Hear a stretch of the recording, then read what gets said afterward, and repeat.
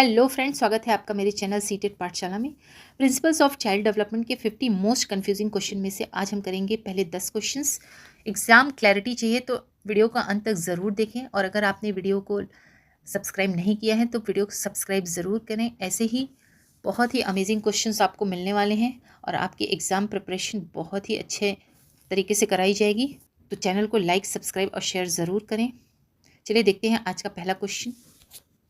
पहला क्वेश्चन देखते हैं। A person believes that nurture strongly influences the development of his child, he would not agree with the importance of. यानी एक व्यक्ति यह मानता है कि नर्चर यानी पालन पोषण, देखभाल और वातावरण उसके बच्चे के विकास को बहुत अधिक प्रभावित करता है।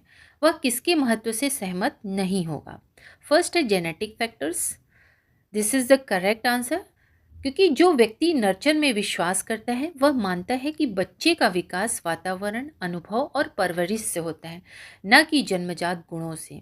इसलिए वह जेनेटिक फैक्टर्स यानी आनुवंशिक कारकों को अधिक महत्व नहीं देगा। सेकंड ऑप्शन भी देख लेते हैं। एक्सपोजर टू पीयर्स, ये रॉन्ग है, क्योंकि साथियों से संपर्क बच्चे के वातावरण का हिस्सा होता है और नर्चर का सिद्धांत वातावरण को बहुत महत्वपूर्ण मानता है। Third option, the type of toys at home, ये भी रॉन्ग है, क्योंकि घर में खिलौनों का प्रकार बच्चे के सीखने और अनुभव से जुड़ा होता है, जो नर्चर के अंतर्गत आता है। Fourth, the warmth displayed by the parents, यह भी रॉन्ग है, क्योंकि माता पिता का स्नेह और अपनापन बच्चे के भावनात्मक विकास को प्रभावित करता है और यह भी नर्चर का ही भाग है। तो करेक्ट आंसर है जेनेटिक फैक्टर्स। सेकेंड क्वेश्चन देखते हैं। Organismic theories of development hold that, विकास के ऑर्गेनिज्मिक सिद्धांत यह मानते हैं कि फर्स्ट है psychological structures and process with in the child help his development. This is the correct answer. Organismic सिद्धांतों के अनुसार विकास बच्चे के भीतर से होता है। बच्चे की सोच, समझ और मानसिक प्रक्रियाएं उसके विकास को दिशा देती हैं। बच्चा अपने विकास में सक्रिय भूमिका निभाता है। सेकेंड ऑप्शन देखते हैं। Passively developed structures and process with in the child help his her development, यह गलत है, क्योंकि ऑर्गेनिज्मिक सिद्धांत बच्चे को निष्क्रिय नहीं मानते बल्कि सक्रिय मानते हैं। थर्ड है slowly developed structure and process with in the child help determine his her development, यह भी रॉन्ग है, क्योंकि यहाँ विकास की गति नहीं बल्कि आंतरिक मानसिक संरचनाओं पर जोर दिया जाता है। फोर्थ ऑप्शन है physical structures and process with in the child help determine his her development, यह भी रॉन्ग है, क्योंकि ऑर्गेनिज्मिक सिद्धांत शारीरिक नहीं बल्कि मनोवैज्ञानिक प्रक्रियाओं को विकास का आधार मानते हैं। तो करेक्ट आंसर है फर्स्ट। क्वेश्चन नंबर थर्ड देखते हैं। Which of the following statements regarding theories is true, theory से संबंधित कौन सा कथन सही है? फर्स्ट है theories organize the information gathered by research, ये स्टेटमेंट सही है, लेकिन यह कथन अकेले सही नहीं है, क्योंकि थियरी सिर्फ जानकारी व्यवस्थित नहीं करती, इसके और भी काम होते हैं। सेकंड है theories are a source of hypothesis, hypothesis मतलब एक अनुमान जिसे रिसर्च करके जांचा जाता है। तो theories are a source of hypothesis, यह भी अधूरा आंसर है, क्योंकि थियरी हाइपोथेसिस देती है लेकिन केवल यही इसका काम नहीं है। थर्ड है theories are set of logically related concept, ये कथन सही है लेकिन अकेले पूरा उत्तर नहीं बनाता। फोर्थ है all of the above, this is the correct answer. Theory यानी सिद्धांत कई काम करती हैं, यह रिसर्च से मिली जानकारी को व्यवस्थित करती हैं ताकि हमें समझने में आसानी हो। थियरी से हाइपोथेसिस यानी अनुमान निकलते हैं जिन पर आगे रिसर्च होती है। थियरी आपस में जुड़े हुए विचारों का समूह होती है। यह बच्चे के विकास को वर्णन और समझाने में मदद करती हैं, साथ ही यह भी बताने की कोशिश करती हैं कि आगे व्यवहार कैसा होगा, इसलिए सभी कथन सही हैं। क्वेश्चन नंबर 4 देखते हैं। Development of concept is primarily a part of, यानी संकल्पना का विकास मुख्य रूप से किस विकास का भाग है? First social development, second intellectual development, third physical development, fourth first and second. तो करेक्ट आंसर है फोर्थ, फर्स्ट एंड सेकंड दोनों सही हैं। क्योंकि कॉन्सेप्ट डेवलपमेंट मुख्य रूप से बौद्धिक विकास से जुड़ा होता है, लेकिन बच्चा कॉन्सेप्ट समाज और बातचीत के माध्यम से भी सीखता है। इसलिए कॉन्सेप्ट डेवलपमेंट में सोशल और इंटेलेक्चुअल दोनों विकास शामिल होते हैं। क्योंकि कॉन्सेप्ट का निर्माण बुद्धि यानी इंटेलेक्चुअल से होता है, लेकिन उसे विकसित करने में समाज की भूमिका भी होती है। वाइगोत्स्की के अनुसार सोशल इंटरेक्शन के बिना कॉन्सेप्ट डेवलपमेंट संभव नहीं है। क्वेश्चन नंबर 5 देखते हैं। Understanding the principles of development helps a teacher in. विकास के सिद्धांत समझने से शिक्षक को किस में मदद मिलती है? First, identifying social status. ये रॉन्ग आंसर है, क्योंकि सामाजिक स्थिति जानना विकास के सिद्धांतों का मुख्य उद्देश्य नहीं है। सेकंड है आइडेंटिफाइंग इकोनॉमिक बैकग्राउंड। ये भी रॉन्ग है, क्योंकि आर्थिक स्थिति जानना अलग बात है, डेवलपमेंट प्रिंसिपल से सीधा संबंध नहीं है। थर्ड है rationalising why learner ought to be taught. ये भी रॉन्ग है, यह दार्शनिक बात है, प्रैक्टिकल टीचिंग से सीधा जुड़ाव नहीं है। फोर्थ है effectively catering to different learning styles. ये सही आंसर है, क्योंकि हर बच्चा एक जैसा नहीं सीखता। विकास के सिद्धांत शिक्षक को यह समझने में मदद करते हैं कि बच्चे कैसे सीखते हैं। कुछ बच्चे देखकर, कुछ सुनकर, कुछ करके सीखते हैं। टीचर टीचिंग मेथड को बच्चों के डेवलपमेंट लेवल के अनुसार बदल सकता है। इससे लर्निंग आसान और प्रभावी बनती है। इसलिए करेक्ट आंसर है ऑप्शन 4। क्वेश्चन नंबर 6 देखते हैं। Which of the following is a basic issue that influences the way a theory chooses to explain development. निम्नलिखित में से कौन सा मूल मुद्दा है जो यह प्रभावित करता है कि कोई सिद्धांत विकास को कैसे समझाता है? फर्स्ट है the belief as to whether children are active और passive in their development.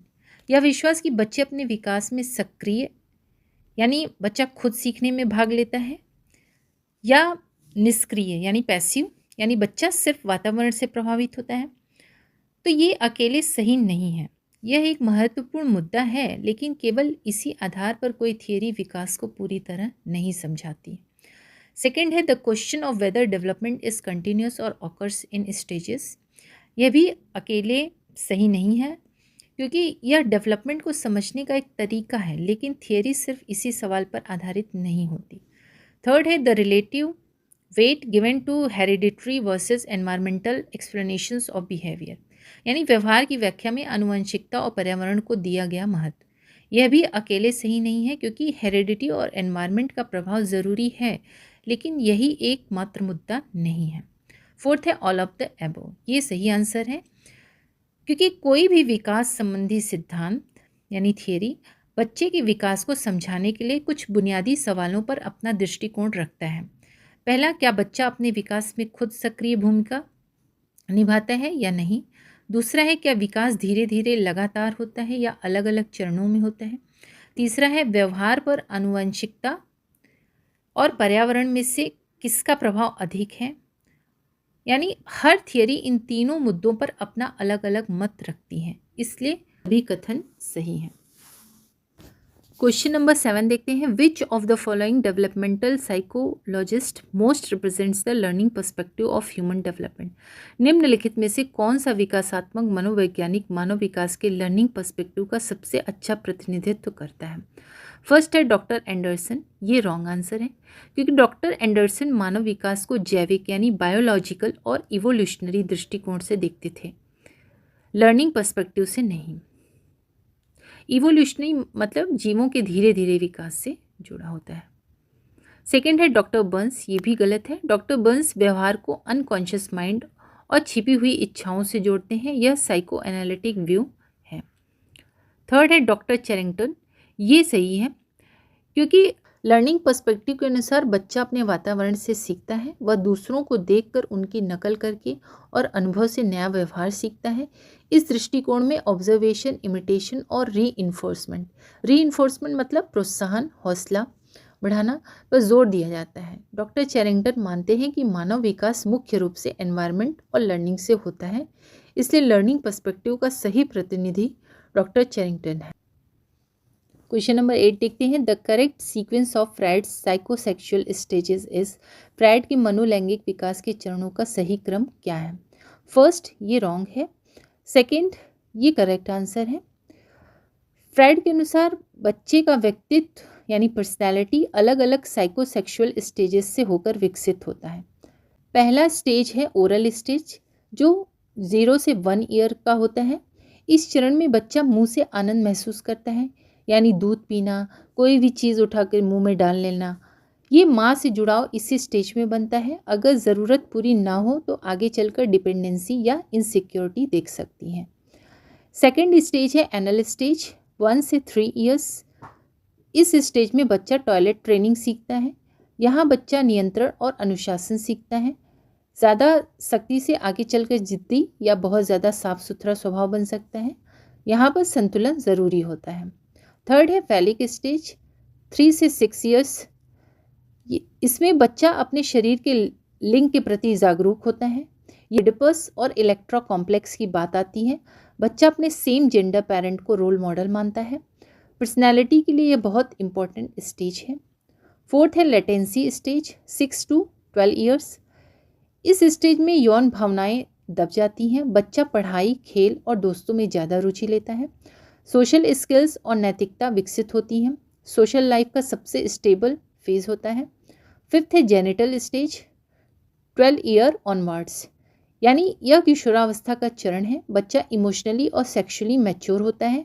Opposite sex में रुचि विकसित होता है। अगर पहले स्टेजेस ठीक से पूरे हुए हैं तो बैलेंस्ड पर्सनालिटी बनती है।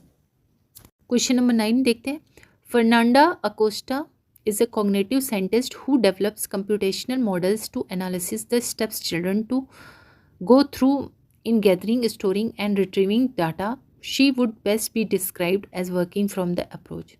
फर्नांडा अकोस्टा एक संज्ञानात्मक वैज्ञानिक है जो यह विश्लेषण करती हैं कि बच्चे जानकारी को कैसे एकत्र करते हैं, संग्रहित करते हैं और फिर पुनः प्राप्त करते हैं। वह किस अप्रोच से काम कर रही हैं। फर्स्ट है पियाजेटियन अप्रोच विकास को स्टेजेस में समझाती है, न कि जानकारी को कैसे प्रोसेस किया जाता है, इसलिए यह रॉन्ग आंसर है।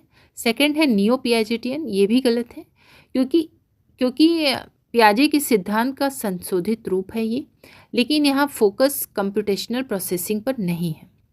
थर्ड है कॉग्निटिव न्यूरोसाइंस, ये भी गलत है क्योंकि कॉग्निटिव न्यूरोसाइंस मस्तिष्क यानी ब्रेन, न्यूरॉन्स और जैविक प्रक्रियाओं पर ध्यान देती हैं, न कि इंफॉर्मेशन स्टेप्स पर। फोर्थ है इंफॉर्मेशन प्रोसेसिंग, ये करेक्ट आंसर है। इंफॉर्मेशन प्रोसेसिंग अप्रोच में मानव मस्तिष्क को कंप्यूटर की तरह समझा जाता है। इसमें यह देखा जाता है कि बच्चा जानकारी को कैसे इनपुट के रूप में लेता है, कैसे उसे स्टोर करता है और ज़रूरत पड़ने पर रिट्रीव यानी कैसे उसको बाहर निकालता है जो इन्फॉर्मेशन उसने ली है। कंप्यूटेशनल मॉडल्स का उपयोग इसी अप्रोच की मुख्य विशेषता है, इसलिए Fernanda Acosta information processing approach से काम कर रही हैं। Question number 10, in bio ecological theory the is the interaction of 2 और मोर माइक्रोसिस्टम्स। बायो इकोलॉजिकल सिद्धांत में 2 या अधिक माइक्रोसिस्टम्स की आपसी क्रिया को क्या कहते हैं। फर्स्ट है एक्सोसिस्टम, ये रॉन्ग है क्योंकि एक्सोसिस्टम में बच्चा सीधे शामिल नहीं होता, जैसे माता पिता का वर्क प्लेस, या माइक्रोसिस्टम्स की आपसी इंटरैक्शंस नहीं है। सेकंड है mesosystem, this is the correct answer.